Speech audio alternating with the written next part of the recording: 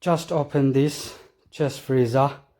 It just came today morning, and well, that's yesterday morning. Didn't get a chance to open it. Now I just opened it, and I didn't see it on the delivery of time. The delivery guy was crazy anyway. And look at this damage here. Look at this box damage here. I just opened it and look what I find inside. Like it's damaged. It's damaged here. Here also another damage, another hole there as well, as you can see just there. So look, it's in my sitting room here. I just opened it and found the damage. I don't know what to do. The box came like this. Thank you. And the delivery driver was rubbish. He left it outside the door, outside the entrance.